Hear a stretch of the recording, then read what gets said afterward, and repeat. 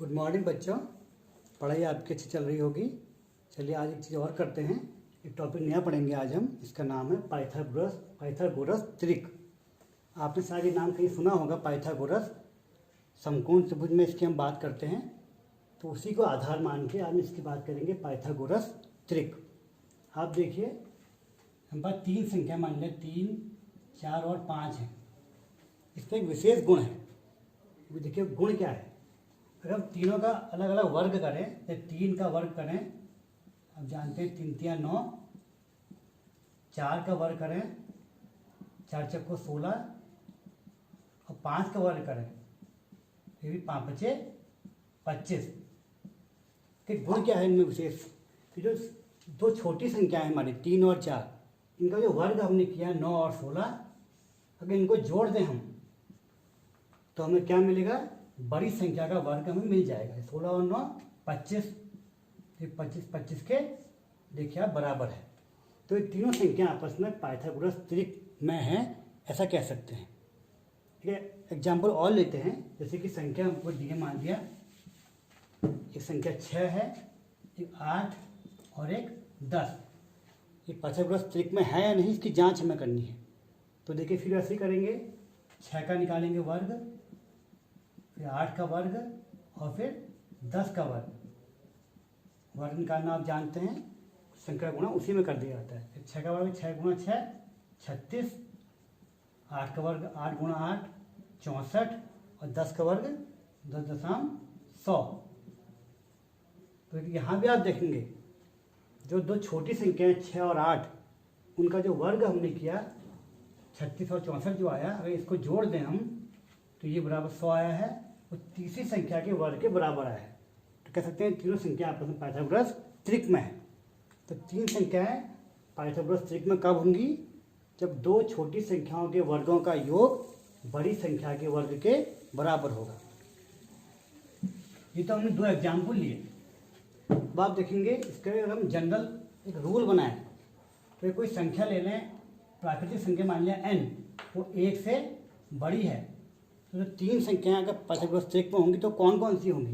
पहली संख्या 2m, दूसरी संख्या m² - 1 to n, और n² - 1, और तीसरी n² + 1। तीनों संख्याएं पाइथागोरस त्रिक में होंगी। इसको ऐसे समझेंगे हम, सबसे बड़ी संख्या इसमें n² + 1 है। n² + 1, इसका अगर वर्ग करेंगे हम तो क्या होगा, दो छोटी संख्याओं के वर्गों के योग के बराबर होगा। मतलब 2n की घात 2 प्लस n² - 1 की घात 2। ये फॉर्मूला हमारा बन गया। इसके आधार पर हमें कोई संख्या अगर दी गई है, कोई भी एक संख्या, तो दो अन्य संख्याएं जो उसको मिलकर त्रिक बनेगा वो हम निकाल सकते हैं। देखिए कैसे।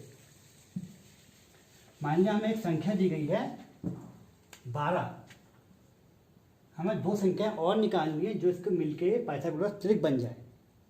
तो देखिए, अब 12 या तो 2n होगी, या n² - 1 होगी, या n² + 1 होगी। इनमें से एक कोई संख्या 12 होगी। चलिए पहले हम कोशिश करते हैं, ये मान लिया n² + 1 12 है। अगर ये 12 होगी, देखिए 1 को यहाँ से हटाएंगे, जानते कैसे करते हैं आप, इसमें -1 कर देंगे, यहाँ भी हम -1 कर देंगे, तो ये कट गया आपस में, हमारा क्या आ गया 11। अगर हम n का मान निकालेंगे तो आप देखेंगे वो एक प्राकृतिक संख्या नहीं आएगा, ये पूर्णांक में नहीं आएगा। तो इसलिए ये संख्या जो है 12 के बराबर नहीं है। अब लेंगे संख्या दूसरी आ रही n² - 1। अगर ये 12 के बराबर है, निकालेंगे n का मान क्या आता है, वही यहाँ पर हम इसका उल्टा निकालते, मतलब जोड़ देंगे +1 क्या, यहाँ भी तो आपको समीकरण सरल करने पहले से आते हैं। तो ये आपस में कट गए, ये 13 आ गया, और n का मान निकालेंगे, ये भी एक प्राकृतिक संख्या है, पूर्णांक कुछ भी नहीं आ पाएगा। तो इसलिए ये संख्या भी जो है 12 नहीं है। अब लेंगे हम संख्या तीसरी वाली 2n। क्या ये 12 है, तो 2n को 12 के बराबर कर देंगे। देखिए यहाँ 2 को हटाना है, तो 2 से को डिवाइड करेंगे, यहाँ भी और यहाँ भी 2 से 2 कट गया, तो 6 का 12, n कितना आ गया 6, जो कि एक नेचुरल नंबर है। इसका मतलब n जो है वो 6 के बराबर है। मतलब संख्या हमारी 12 दी है, वो 2n है। तो हमको दो संख्या और निकालनी है, तो दो संख्या याद नहीं है, n स्क्वायर माइनस 1 और n स्क्वायर प्लस 1। चलिए इनको हम निकाल लेते हैं, क्योंकि n बराबर हमारा 6 आ गया है, तो n स्क्वायर माइनस 1 निकालेंगे, क्या आएगा, n की जगह 6 रख देंगे, 6 की घात 2 ऋण 1, 36 ऋण 1 बराबर 35। एक टू संख्या हमारी निकल गई 35, और संख्या तीसरी का निकल गई n स्क्वायर प्लस 1 से 6 की घात 2 प्लस 1, इस बार 36 में 1 जोड़ देंगे तो क्या आ जाएगा 37। और संख्या जो हमारी पहली क्या दी थी हमें, वो हमको दी थी 12, जो 2n थी हमारी। तो तीन संख्याएं जो है आपस में पाइथागोरस त्रिक के रूप में होंगी। आप इसकी जांच भी कर सकते हैं, इनका वर्ग करेंगे, संख्या छोटी कौन सी है 35 और 12, और उनको जोड़ेंगे तो इसके वर्ग के बराबर आएगा। तो इस प्रकार से आप पाइथागोरस त्रिक में एक संख्या ज्ञात होने पर दो संख्याएं निकाल सकते हैं। चलिए एक प्रश्न और कर लेते हैं। अगर हमें ये तीन आपको होमवर्क दिए, में एक सवाल हम कर लेते हैं, मतलब ये पहला सवाल हम करते हैं। एक संख्या हमको 16 दी है, संख्या जानते हैं हम तीन होंगी, एक 2n, एक n स्क्वायर माइनस 1, एक n स्क्वायर प्लस 1। अगर इसको रखेंगे पहले वाले दूसरे वाले में रखेंगे 16 के बराबर, तो देखेंगे यहाँ भी पहले क्या था हमने कि नेचुरल नंबर या पूर्णांक नहीं आएगा, दूसरे में भी नहीं आएगा। और तीसरे वाले में अगर 2n को रखेंगे 16 के बराबर हम, तो आप जानेंगे 2 का भाग देंगे तो यह आ गया 8। तो यहाँ से हमारा n बराबर 8 आगे जो कि एक नेचुरल नंबर है। तो यहाँ से मतलब है कि ये संख्या जो हमारी दी है 16 वो 2n है। दो संख्या इससे और निकालनी है तो वो आराम से निकल जाएंगी। देखिए कैसे, संख्या दूसरी थी n स्क्वायर माइनस 1, तो जहाँ जहाँ पर n है वहाँ पर 8 लिख देंगे, तो 8 की घात 2 माइनस 1, यहाँ जानते हैं 64 माइनस 1 बराबर 63 आ गई। और दूसरी संख्या तीसरी क्या निकल गई n स्क्वायर प्लस 1, तो 8 की घात 2 प्लस 1, इस बार हम 64 में एक जोड़ देंगे तो कितने जाएगी 65। संख्या क्या क्या आ गई हमारी, पहली संख्या क्या दी थी हमें 16, दूसरी निकल गई हमारी 63 और तीसरी 65। तो तीन संख्या आपस में पाइथागोरस त्रिक के रूप में होंगी। तो बच्चे इस प्रकार से आप एक संख्या ज्ञात होने पर दो संख्या निकाल सकते हैं जो कि आपस में पाइथागोरस त्रिक के रूप में होती हैं।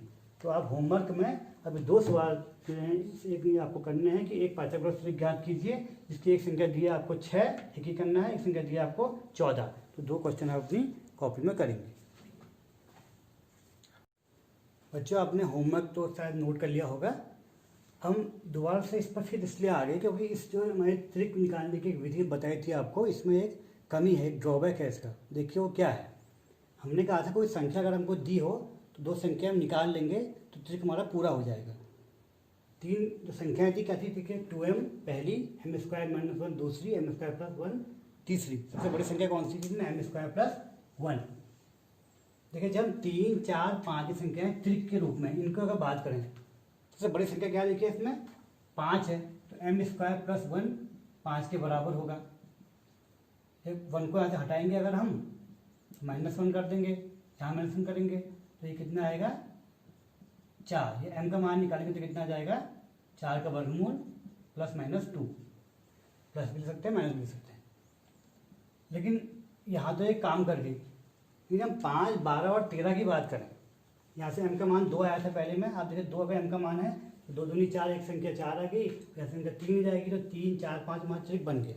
यहाँ तो इसने काम किया। लेकिन जब हम देखें 5, 12, 13 सबसे बड़ी संख्या इसमें क्या है हमारी 13 है, इसको ले लेते हैं मान लिया, तो m स्क्वायर प्लस संख्या सबसे बड़ी होती है, ये 13 के बराबर होगी। m1 को हटाएंगे तो -1 करेंगे यहाँ भी और इस साइड भी, तो कट गया, m स्क्वायर बराबर कितना आ गया 12, और m का मान कितना निकल जाएगा हमारा वर्गमूल 12। जो निकालना संभव नहीं है, इसका कोई पूर्णांक तो मान आएगा नहीं, तो यहाँ से m का मान निकल नहीं पाएगा, तो इससे हमारा ये त्रिक बन ही नहीं पाएगा। लेकिन इस ट्रिक को बनाने के लिए ये विधि ने हमारा काम नहीं किया। तो हम कह सकते हैं कि जो हमारी याला जो हम लिख रहे हैं 3 अंक, ये हर ट्रिक बनाने के लिए उपयोग नहीं की जा सकती। तो ये आप इसमें ध्यान देंगे कि ये सबके लिए उपयोगी नहीं है, हर अंक में काम नहीं करेगी।